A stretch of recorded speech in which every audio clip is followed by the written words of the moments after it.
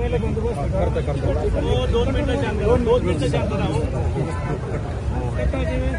आपल्या चांदवड तालुक्याच्या एक दुर्दैवी अपघात झालेला आहे। या अपघातामध्ये एकूण 13 लोक जखमी झालेले आहेत। या ठिकाणी स्थानिक ग्रामस्थांची मागणी आहे की उड्डाणपूल झाला पाहिजे। येणाऱ्या काळामध्ये उड्डाणपुलाची मागणी स्थानिक लोकप्रतिनिधी आमदार साहेब आम्ही सगळे सोबतच आहोत, ते करणारच आहेत। तात्काळ स्पीड ब्रेकर, झेब्रा क्रॉसिंग, एक ट्रॅफिक कॉन्स्टेबल या ठिकाणी या 2 दिवसाच्या आत या ठिकाणी अपॉइंट केला जाईल। विद्यार्थ्यांना जो काही शाळेचा वेळ असतो त्या शाळेमध्ये जाण्या येण्याच्यासाठी सुविधा त्या ठिकाणी निर्माण करून दिली जाईल। जे काही विद्यार्थी जखमी झालेले आहेत या संदर्भातलं संपूर्ण माहिती माननीय मुख्यमंत्री महोदयांच्यापर्यंत पोहोचवण्यात आलेली आहे। सर्व जखमींचा खर्च शासनाच्या वतीने केला जाईल। दुर्दैवाने एक जण त्याच्यामध्ये दुःखद निधन झालेलं आहे, त्याला शासनाच्या वतीने 4 लाख रुपयाची मदत माननीय मुख्यमंत्री महोदयांनी घोषित केली आहे।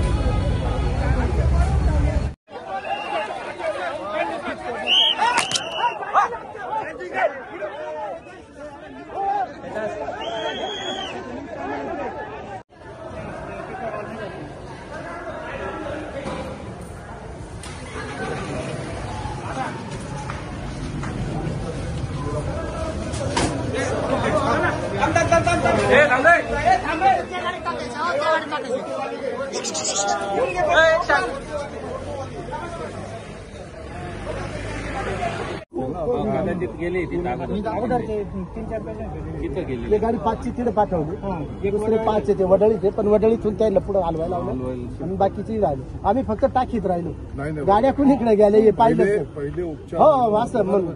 आता हिला वांती झाली ना, विद्यार्थी बरोबर तातडीचा उपचार आता तिला पिंपळावला आहे ना, जर झाला तर नंतर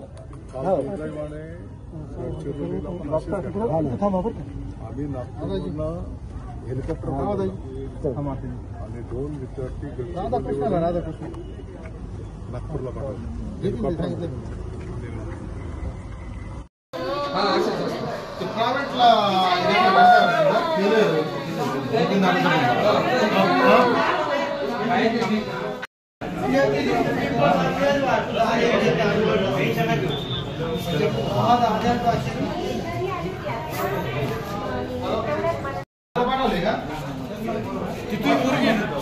नाही नाही ती मायाची पवार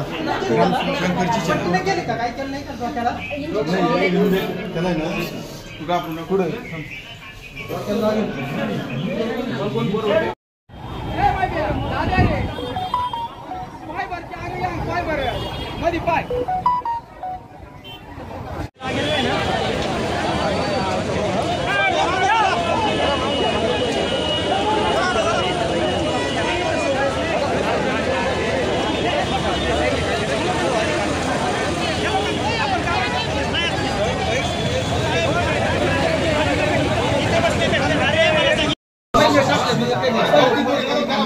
गर्दी कमी करा,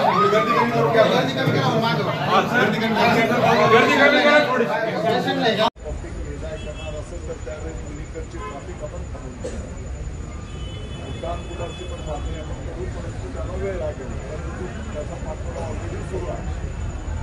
तुम्ही जे सांगितलं की ज्या भागामध्ये स्पीड ब्रेकर पाहिजे तिथे पण आपण स्पीड ब्रेकर करायला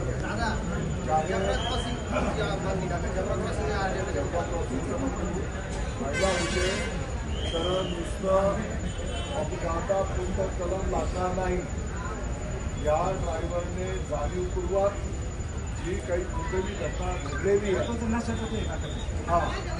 त्या पद्धतीचा गंभीर गुन्हा दाखल करण्याचं त्या ठिकाणी जशी आपली सूचना होती त्याप्रमाणे विभागाला पण सूचना करण्यात आलेली आहे आणि त्याला एक गंभीर कलम लावून त्या ठिकाणी त्या ड्रायव्हरवर कारवाई केली जाईल। हा दुसरा विषय। तिसरा विषय, जे काही आता दुर्दैवाने जखमी आहेत त्या सर्व जखमींवर त्या ठिकाणी शासनाच्या निधीमधून त्यांच्या उपचार त्यांना मदत करून आपण त्यांच्या घरामध्ये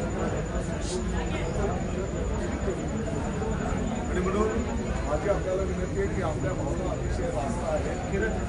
आपण बघितलं असेल की आपण सर्वजण घटना झाल्याच्या आपण सोबत आहोत आणि जे काही जखमी झालेले आहेत त्या हॉस्पिटलमध्ये पण आम्ही जाऊन आलो. आपले काही कर्मचारी ज्या कुटुंबातले सदस्य तिकडे आहेत आणि तुमचे